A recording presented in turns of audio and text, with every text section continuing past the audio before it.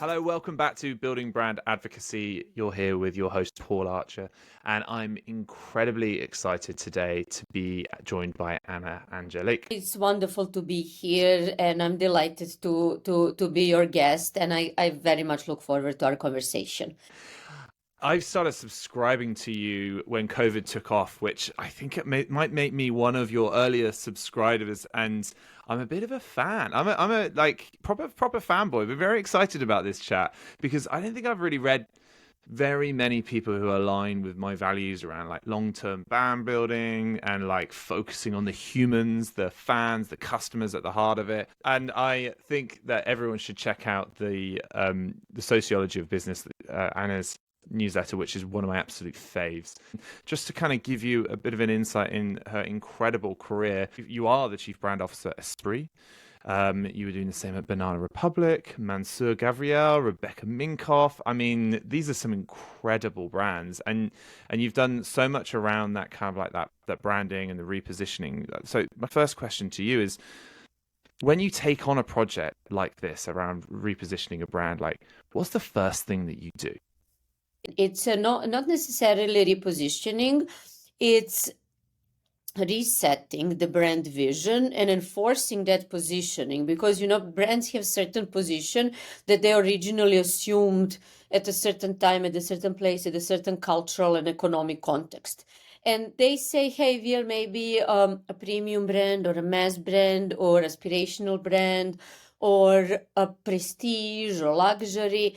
And it's all about how do you renew that position, how that vision, original vision, how do you bring that back, how do you modernize it? And in that sense, it's always being clear, really, where you stand in relation to the culture, to the category, to the consumer, and what are your internal resources and capabilities to deliver on what you want, on that desired position where you want to be.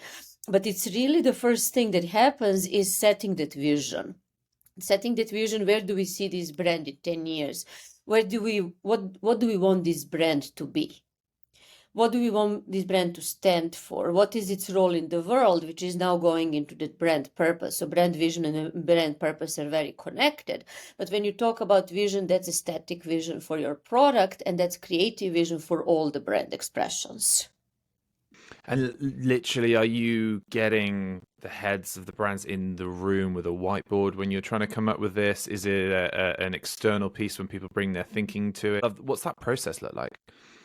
Well, the process involves first a lot of research, thinking, and a lot of dot connecting, so to speak, which is basically looking at the DNA of the brand, because all brands have a DNA. There is a reason why the founders of those brands created those brands in the first place. They want to achieve what need they perceived at that time.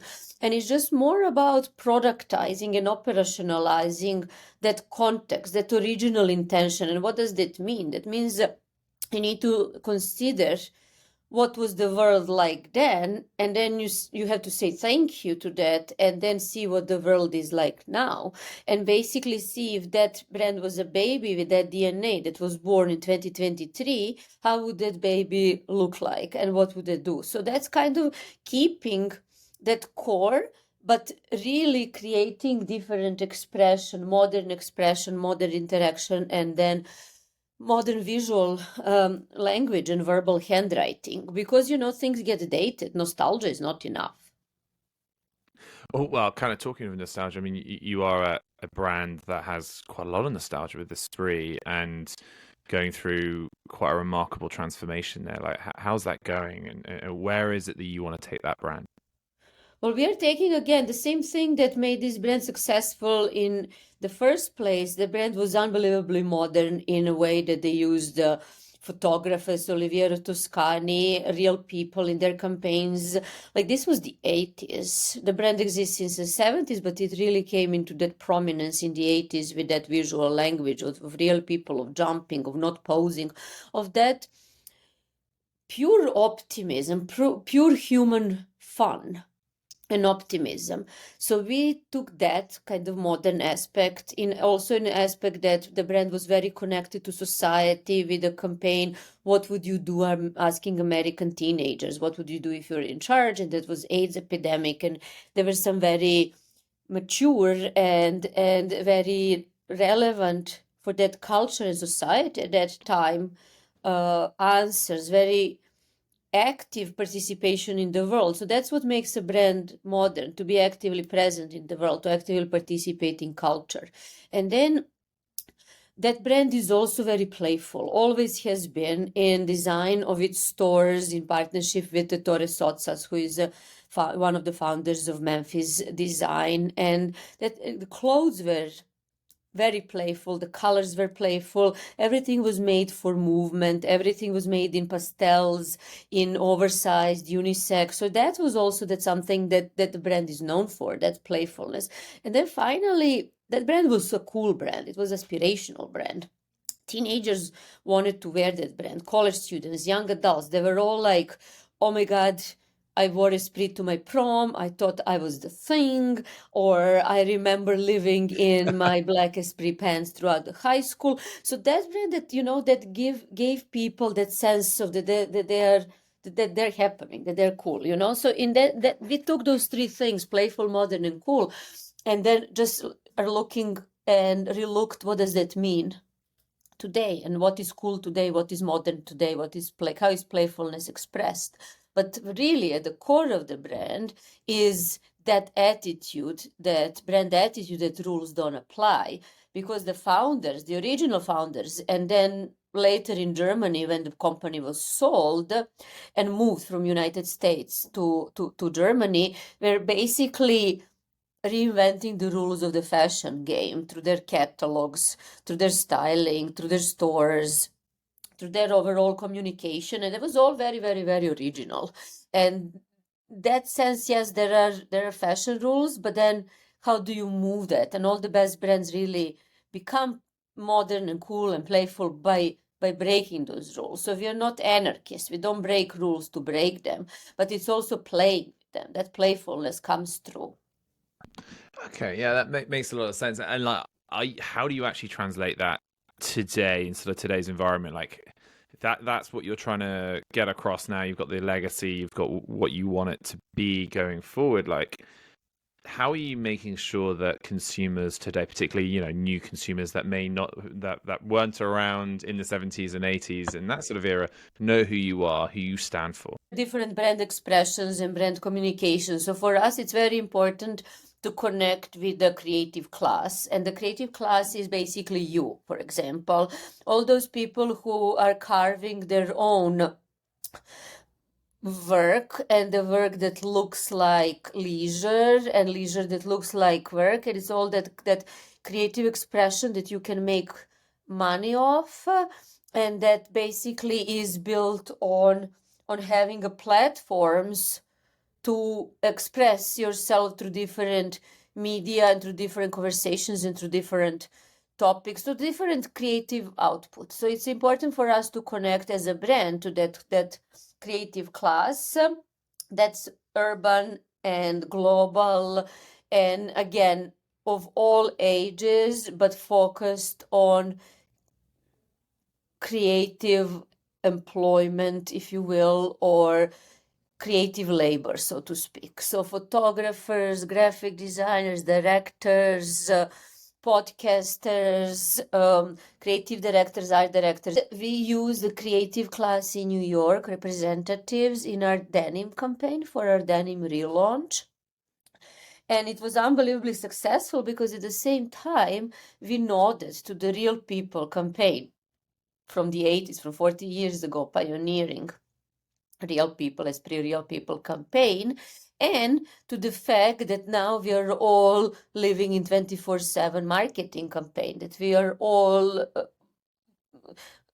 kind of featuring ourselves and promoting ourselves, and we are all in our own campaigns. So we kind of connected with that current existence with the original intention.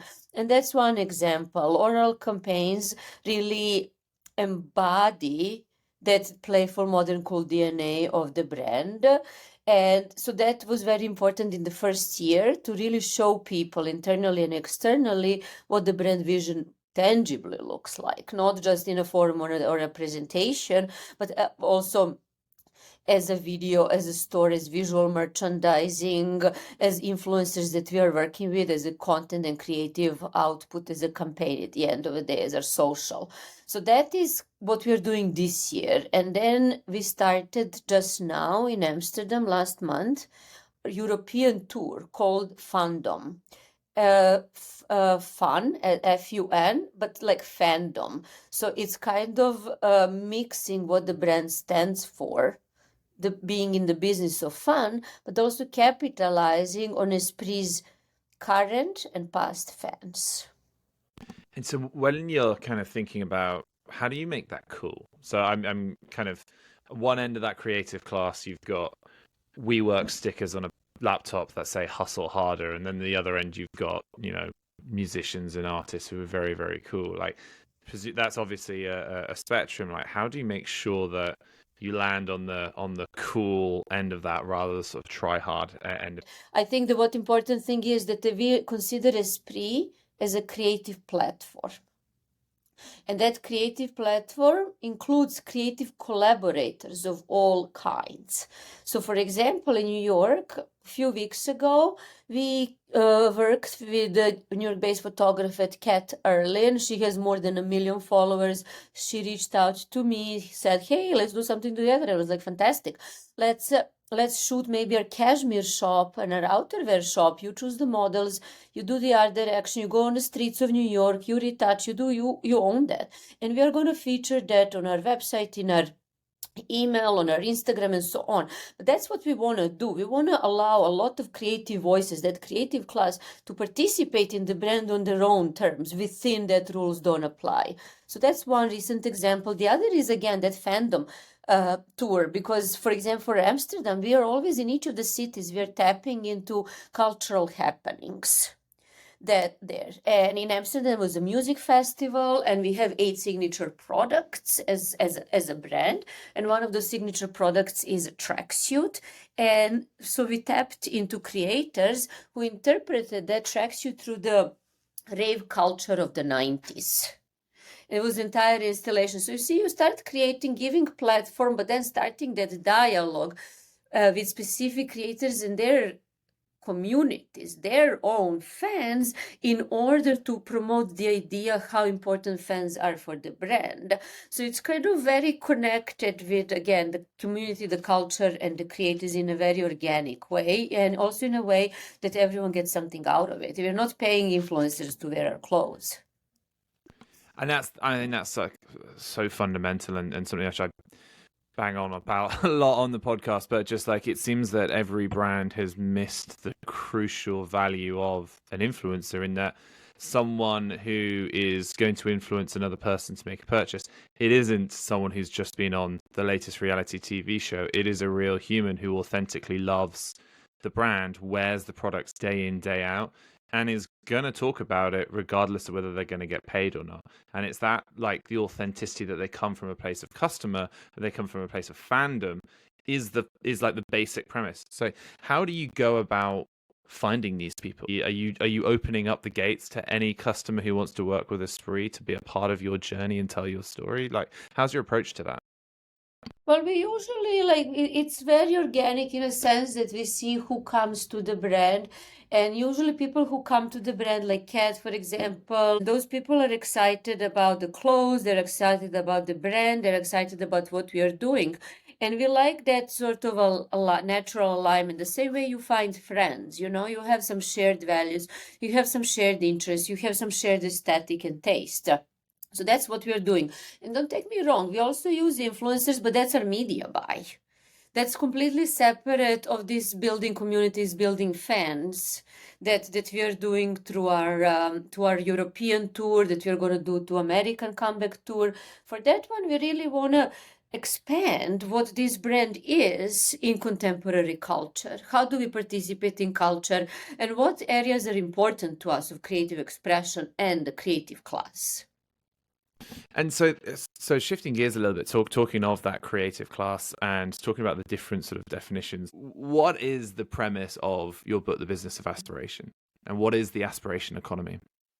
Yes, so the main premise of my book, The Business of Aspiration, is basically how aspiration is different now in today in 2023 and beyond than it was in previous decades or eras or cultural contexts and economic settings. So as humans, we always aspire to be better, to present ourselves as better, to acquire more, to know more. And that's very tightly connected with status signaling. So basically, the business of aspiration, I look how we decide what is aspirational for us, and then how do we present ourselves as aspirants and signal that through our status. So the main idea of the book is that now we are moving not just towards intangibles, but towards taste as the core of the new aspiration, not having money to buy things, but having knowledge to know what to buy. And that knowledge to know what to buy goes back to the core of being part of a community, to curation and relationship with curators, and all of us wanting to curate our life, our taste, and then also for brands, because when we see brands collaborating with other brands, that is usually to create something that is unique, that is one off, and that is made for those who are in the know. And how do you expand that cultural clout for a brand? And then, like, the final thing is what is the role that content plays in all of that, now that we are consuming not just physical products, but we can also signal our status by just taking a photo of a jacket without even buying the jacket, for example, or a pair of shoes without buying them, because that is how we curate our own presentation of taste. So that is that new aspirational economy. When you have companies like Goop, for example, that is all about, yes, everything is very expensive there, but you can learn about a lot of things, what is around the corner, just by going there, because someone curated that for you. And that's not the only company. A lot of brands are doing that. You've seen a lot of luxury brands collaborating with streetwear in the past. That's not that cool anymore, but 5 years ago it was all the rage. And then basically how that movement is really happening towards not just buying the luxury brands that anyone can have, but really having something that comes with a story that only you can tell, that's unique to you. And so, how can brands actually play into that? So yeah, it's all like, I mean, I totally see that in terms of the thrift shopping mentality and the entire trend that people are trying to find these unique pieces that have, they've been pre-worn. It's not that they went into a store or went into the e-commerce place, they did it, they hunted for that, and that's what makes it unique, and that's what they can show off their taste with, because there's that narrative for it. But for a brand like Esprit, or for any other brand who sells lots of the same piece and they want to sell as many of them as possible because they're a business, like, how can a brand play into this trend? Well, that goes back to your first question of aspirational economy and what makes aspirational economy. So that means once companies were selling or trading in goods and services and even experiences later on, if now they're trading in tastes, how do they create that cloud that is connected with the brand, that is reflection of specific taste? And that's why, as Esprit, we're looking to that connection with the creative class, who have their own creative output, and we are presenting ourselves as intellectual property brand, as an IP brand, rather than a retail brand, which means that everything we do is really in the business of fun, in the business of entertainment. So that means that we are investing a lot in content creation. Even events are there to create content. Products are there to create content. Community and fans are there for content creation. And our job is to be in the business of fun, to entertain our customers. And if they're entertained, yes, it's great. If they buy something, they're going to buy something. They're not going to go around, the world naked. But the whole thing is really to have that association with the brand, because you're enjoying the content that we are putting forward and contributing to that content. So it's more like a movie studio rather than a retail brand. That makes total sense. The brand is so much more than what they sell. They are what they stand for, and by wearing that brand, you are displaying to your audience that you've got the same values as that. In your mind, who's doing really well? Who's killing it in this front? Well, I really love what Mischief is doing. They're not a traditional brand. They label themselves as an art collective. And what they're doing, they're really poking fun at the consumer capitalism. And they're messing with a lot of brands by playing with the logos, playing with intellectual property and creating something new for the fun of it. And I think that is really like a fun new thing that brands really do as a future. I like what Cortez is doing in the UK as a brand with the secret drops, and with basically doing the opposite of what current mass branding is. It's kind of making it as secret as possible, as much in the know as possible. And then I also like what Jacquemus is doing. I think that their content is unbelievably fun, and they have such a clear aesthetic territory, and I love their marketing stunts as well as their visual puns of products, the mini bag and the trends they start. And then I also think that Casablanca has a wonderfully optimistic and playful outlook, as well as Loewe. Amazing. That was such a great list, and for everyone to sort of check out. So, kind of looking at the book answers, what is good for my brand long term? You're thinking of how is this business decision going to impact our culture? What are the main objectives of growth then for a brand? Everyone talks about growth. In particular, there are many brands have VCs, have private equity pushing them towards growth. Do you think that those models are actually can they exist in this now modern day of the aspirational economy? Nothing is going away. Everything has the specific role. So what exactly there are you interested in? Yeah, well, I think so. I mean, for example, in your newsletter, you've talked about how VC investment in customer acquisition for brands doesn't work. So definitely the finance part is always going to be there. But if they're not spending it all on meta ads for customer acquisition, what should that money be spent on, and how should they approach that I conversation? mean, brands always need to acquire customers. So the question is not what, it's really how. How do you acquire that customers? What are your time horizons? Why are you acquiring customers? And overall, what is your overall timeline? And then how are you doing that? Again, going back to the original. So there are shortcuts, but shortcuts never work in the long term. So customer acquisition that is based on performance media buys, it's a very, very, very, very effective, but it's very, very, very short term as well, because you need to be putting money in the leaking bucket in order to get results. At the same time, the customers you acquire, you can get a lot of traffic, you can even get a lot of short-term sales if the price is right, if what you're offering is that sort of value proposition is right, but without moving that relationship with the brand from being purely transactional to being emotional. What brand is at the end of the day, it's a story, it's an emotion, it's how it makes you feel, how it makes you perceive yourself, and how you want others to perceive you. Then a brand needs to keep spending in order to get the same level of traffic. And because performance marketing works so well on a short term, it becomes almost a drug for companies, because they're like, hey, our traffic is down, let's put products on sale, and let's spend money on driving very cheap junk traffic. So that's kind of empty calories of junk food. Some of those customers are going to convert and become a long-term customer, so on. But usually that's not the case. Usually what you get a short-term hit.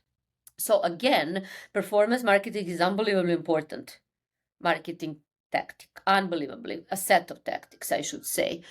But it needs to work together with, it needs to cover the entire funnel, basically, and it needs to amplify brand marketing and storytelling and loyalty and CRM and bonding advocacy that are happening deeper in the funnel or deeper in the customer journey. So it's a matter of being a marketing mix. And problem is not that, oh, what are the shortcomings of brand marketing and performance marketing? Problem is that they don't work together still to this day, that they usually sit in different departments. One sits under marketing, the other sits under e-commerce or whatnot, and they compete for a budget, and they compete with each other, and they don't amplify each other, and they have different time horizons and different goals and different KPIs, and that's a mistake.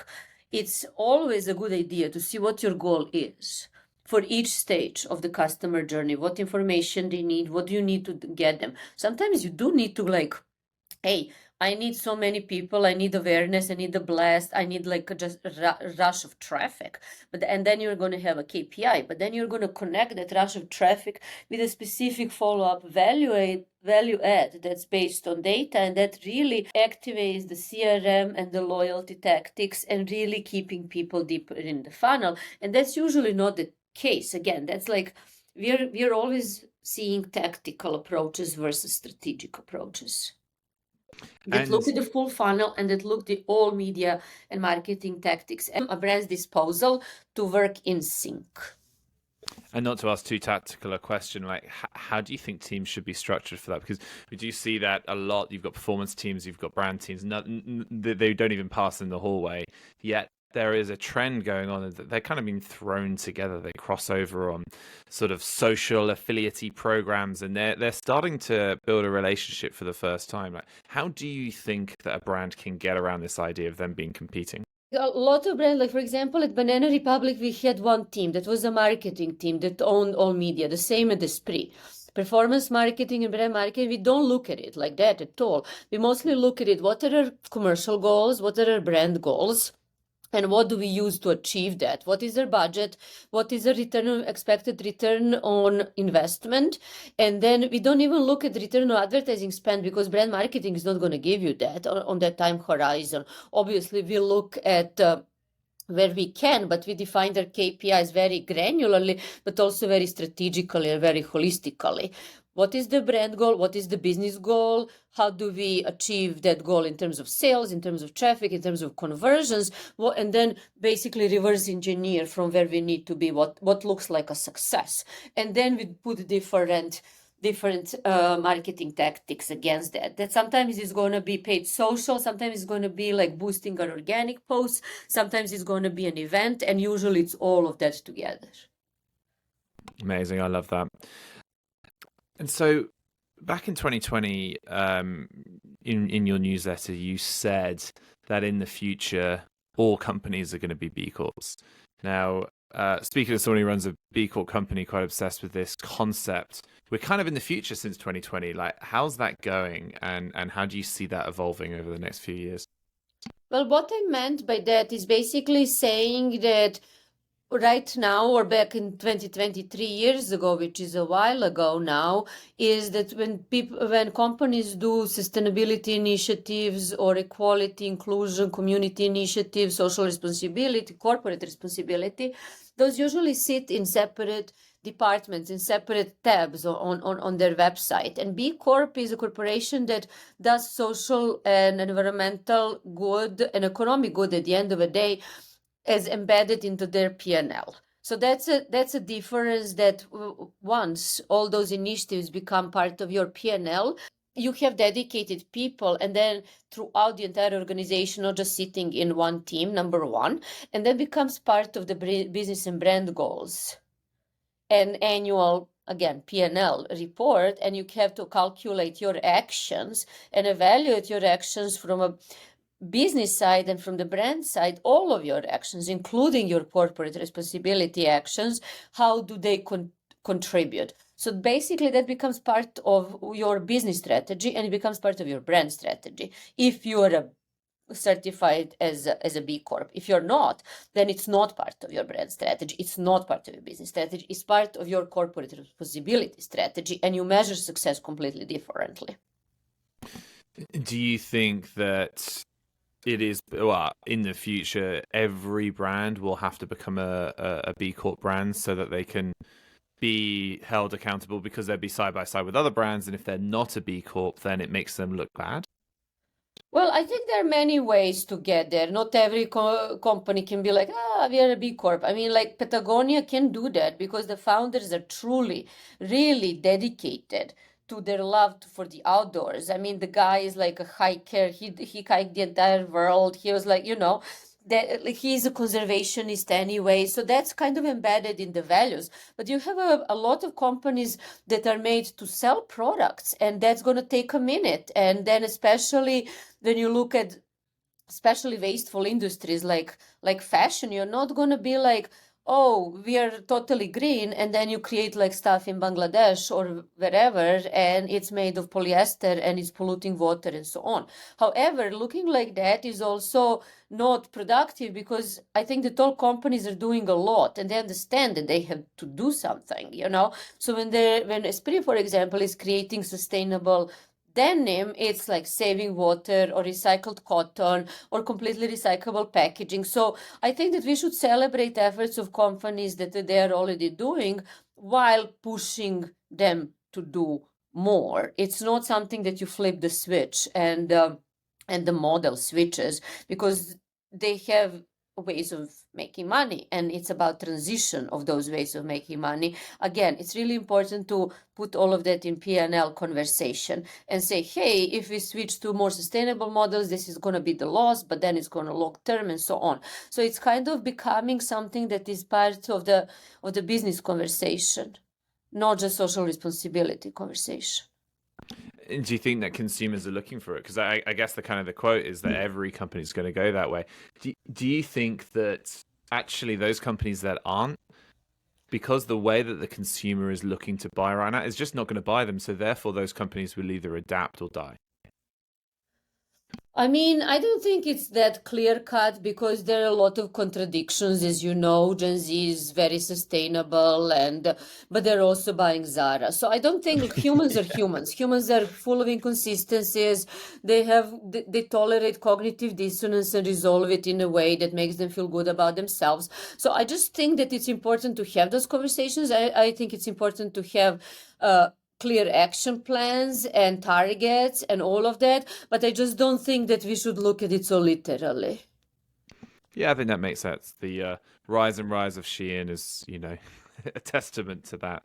And so when you're kind of looking outwards for the next couple of years, I know that you've commented quite a lot on the way that the metaverse crosses over with brands. We're looking at aspiration. We're looking at something which is about more than what you can afford. It's about how you curate the image that you put on the world.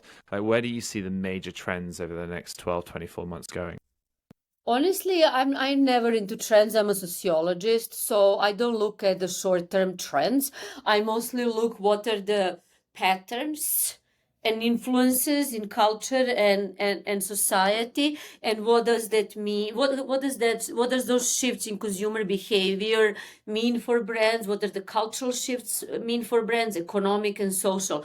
So I'm like, I can't tell you about the trends exactly, but we can talk overall that, like, in the context of the new aspirational economy and what is the new aspiration, you can deduct a lot of things, a lot of hypotheses that are possible to test, and that we are seeing around, that are explained by that new aspirational economy, aspirational culture.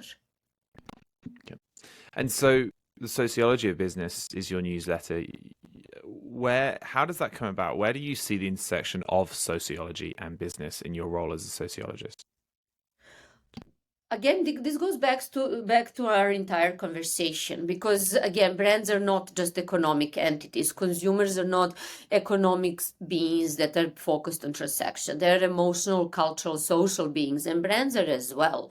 They're cultural entities. They play a role of culture. They play a role of society. They provide employment.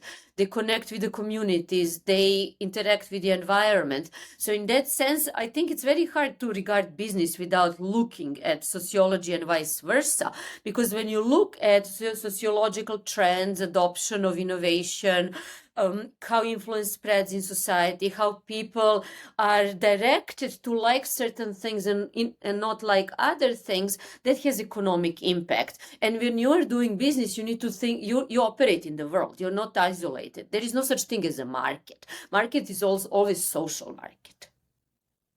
I think that makes absolute sense. Okay, and so I mean, this has been amazing. Like, Anna, where can people find you if they want to learn more? They can find me on Instagram. They can find me on Threads. They can find me on X. They can find me on LinkedIn. But guys, subscribe to my newsletter, Sociology of Business, and go to Amazon and buy my book, The Business of Aspiration. That's the best way to find me. Do both of those things. They're both amazing. Anna, thank you so much for your time. I've been looking forward to this for such a long time, and it has definitely not disappointed. I've really enjoyed it. Thank you so much. Thank you very much for having me. Great conversation.